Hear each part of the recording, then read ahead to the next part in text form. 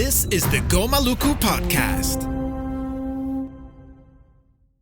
Right, hey, what's up everyone? Ghazali Ohorella here with a new episode of the Go Maluku podcast, live from, well not live, I'm recording from Sharm el-Sheikh in Egypt, day one, COP27, daily debrief from the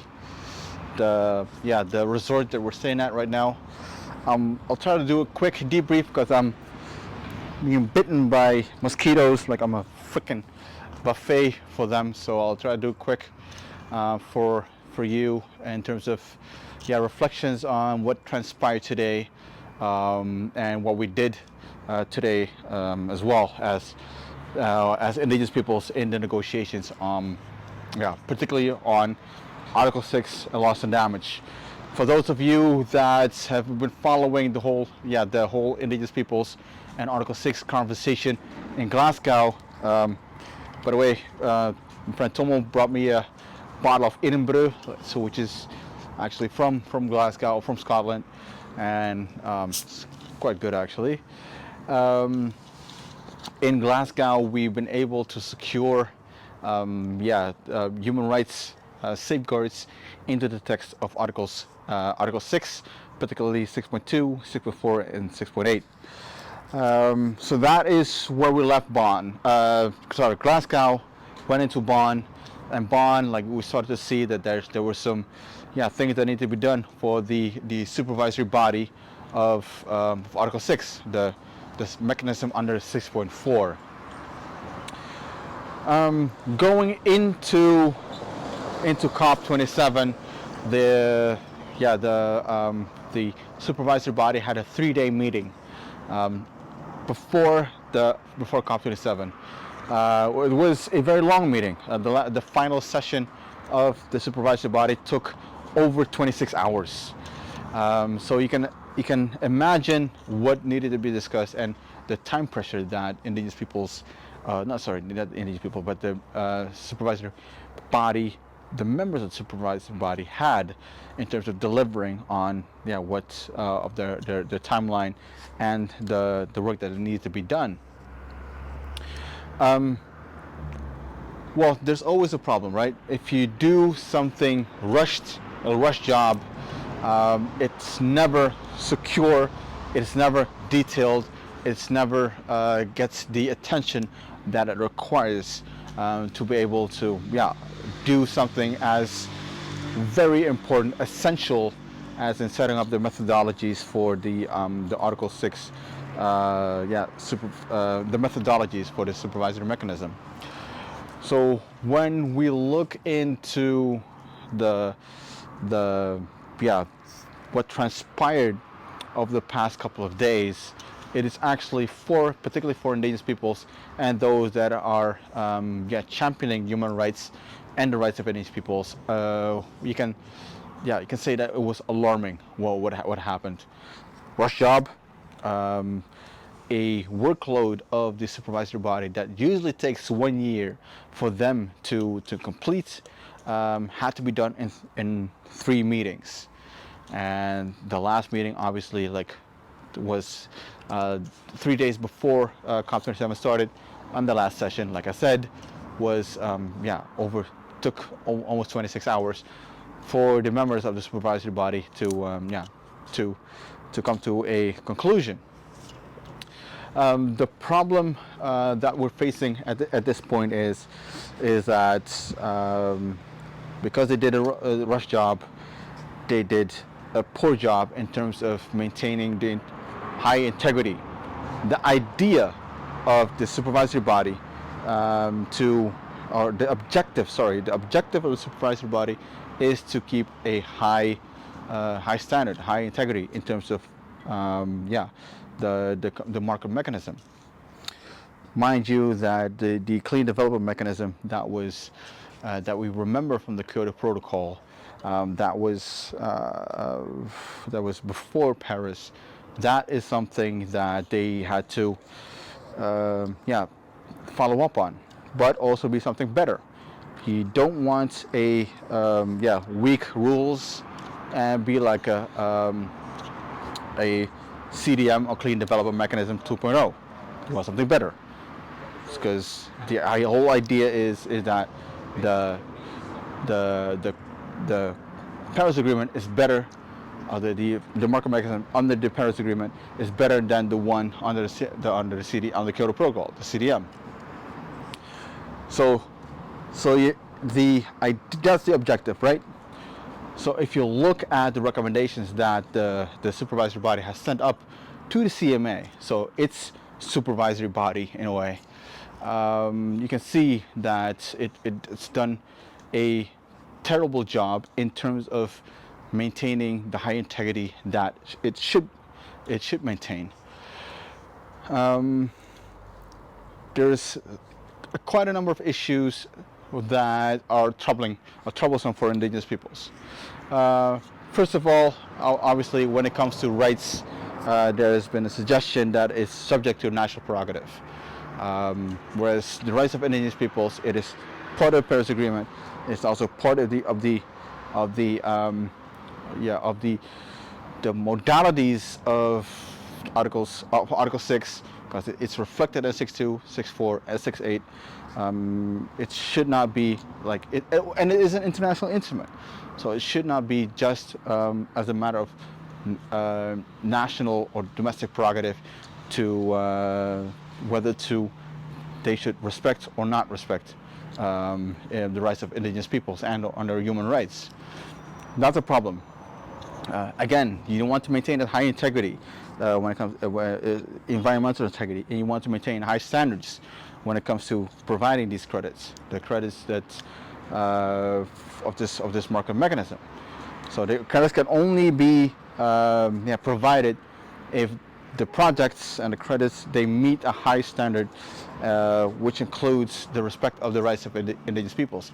It is part of the Paris Agreement. It is part of the decision on Article 6 that we came to in Glasgow. Problem number one. Problem number two is removals. Removal is also a very contentious issue, and it's also a rush job.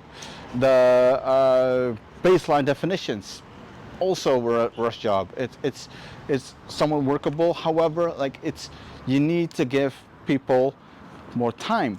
The CMA needs to give the supervisory body more time to discuss this, to create methodologies that actually are in line with a high standard. Again, high integrity that you want to pursue. So that is the problem that emerged over the weekend, and this morning at the Indigenous Caucus I raised it with everyone, and I did three things. One is to lay out the current situation, like what is happening. The second, the part of the conversation was to have a dialogue, like a reflection of what do we think we should do, and the third step is to all right, what are we going to do about it,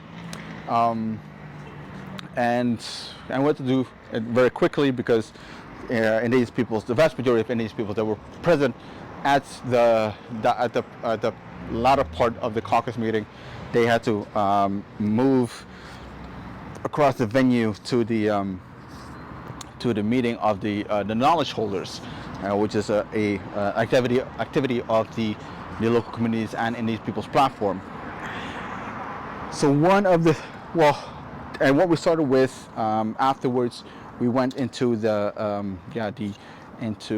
a team meeting of the team that covers Article 6 as well as loss and damage, and decided on a position paper, a one-page position paper, in terms of what we, as a bottom line, what needs to happen this session in relation to Article 6 and the rights of indigenous peoples and human rights.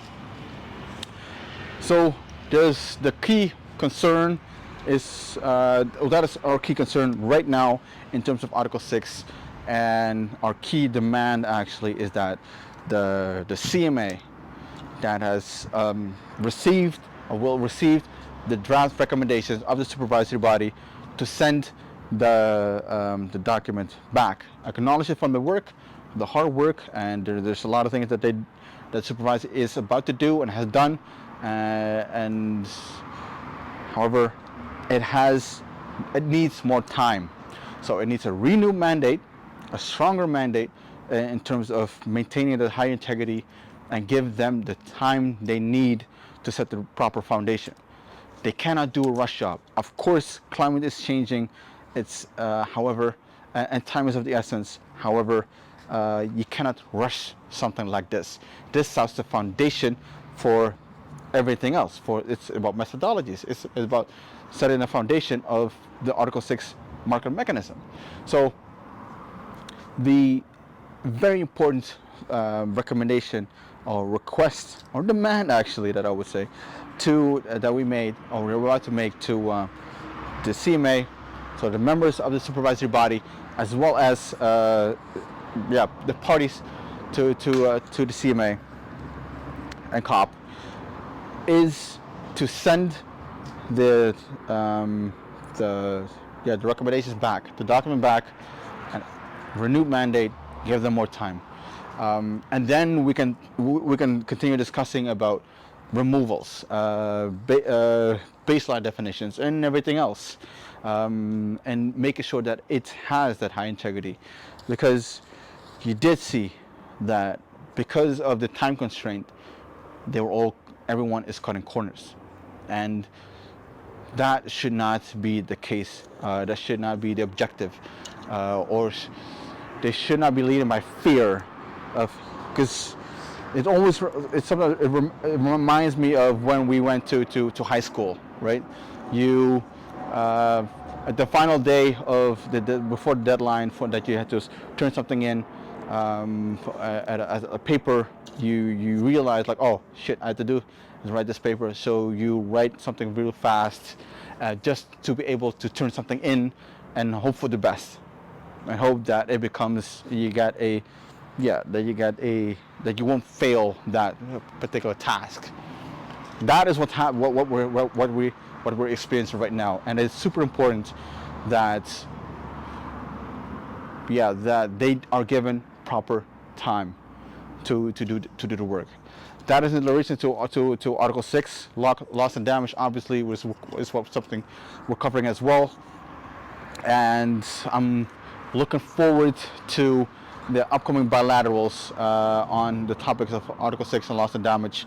As you know, probably, is that we have a combined team of Article 6 and loss and damage, and we cover those issues in tandem when we engage into conversations. So all in all, it is a very good interesting day one of COP27, and looking forward to tomorrow. What we have tomorrow on the agenda is further conversations on Article 6, on loss and damage. The platform has activities and also like the opening of the Indigenous Peoples Pavilion in the Blue Zone. So there's a lot on the agenda for the next for tomorrow, and definitely for the next couple of days. The event, I should end with something. Like quote of the day, question of the day. I